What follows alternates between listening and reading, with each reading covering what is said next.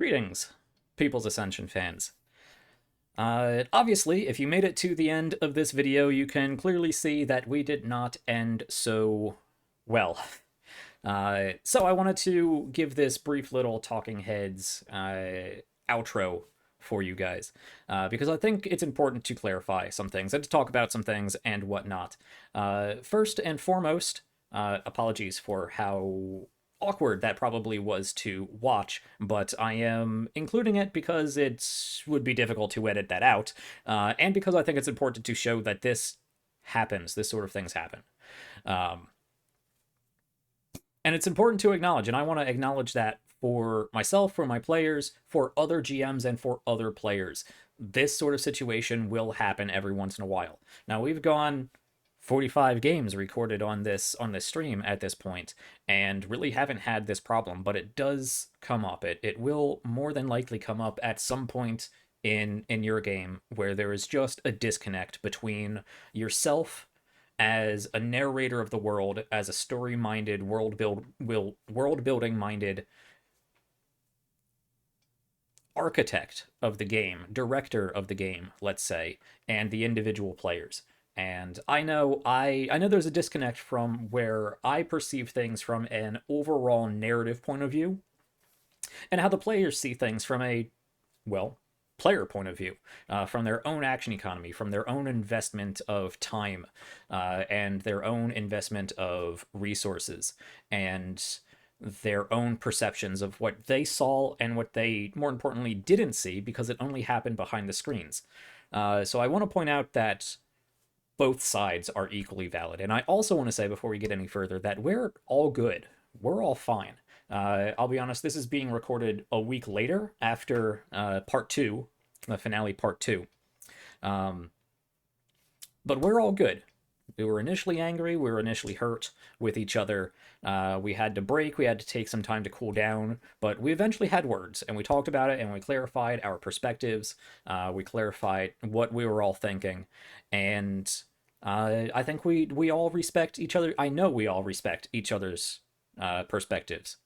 And sometimes you just have to agree to disagree because both sides are valid, and neither side is necessarily more valid than the other. So sometimes it's necessary to just agree to disagree and move on. Because at the end of the day, I do hope that at the end of the day, I know my players are my friends, and I hope at the end of the day, your players are your friends. So if you need to do something with how your game worked out to facilitate that friendship, to facilitate the fun of the game, their enjoyment and engagement with the story, and your relationship with each other. If you need to retcon something, if you need to change how something went, some resources that were available, if you need to make something up on the spot, do it. Just do it. It's not being the bigger man. It's not pitying anybody. It's a collaborative storytelling game. And if that collaboration fell apart somewhere, build a bridge over it. And work with your players to help build that bridge. So if you need to give a spellcaster that did not have counterspell when she was originally built, if that counterspell would be useful to stop something that the players are clearly upset about, just throw it in there. It's not even a not even a question. You have an answer, throw it in there. So I hope I hope that resonates with you guys. If something goes wrong in the game, don't plant your flag down and stomp and hold staunchly to how things went and how your particular story was told. It's written in stone. It's never written in stone. There's always something that you can go back and do. Something that, whether it needs to be retconned or waviness across the screen and flashback, whatever you have to do to help the game continue on in an enjoyable way for your players and hopefully for yourself overall, go ahead and take it, because it's important for the continuation of the game and the continuation of your friendship. Don't be an adversarial DM. Don't be a DM that won't work with their players because it's their story, in my mind, even more than it is the GM's. I'm here to world build, and I'm here to play my game master characters, just as much as they're here to play their characters and have their character stories told. It's an important distinction that GMs have their own characters in the NPCs, and I don't like the name NPCs because non-player character, I'm a player too. My NPCs are DMCs or GMC. I know there's a stigma behind DMPCs, interjecting a permanent DM character into a party. That's a whole different thing. I'm getting off topic.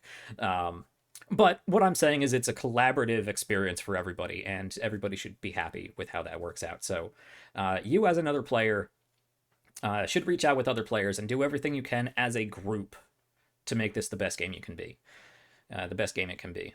So I hope this experience, as awkward and tenuous as it was at the time, will shed some light on some of the harder things to talk about in collaborative storytelling games and in tabletop gaming. And I hope I hope this helps you. And provides an example for how to move forward. Now you can see just a video or two down in one of these directions that we of course finished up part 2 of the finale and even had an after show covering this game and part 2 of this chapter finale. And part 2 of the finale was so good. It was so good. So I do encourage you, when you have the time, to push past this awkwardness along with me, along with my players, and give part 2 a watch, because we started out strong. It continues strong.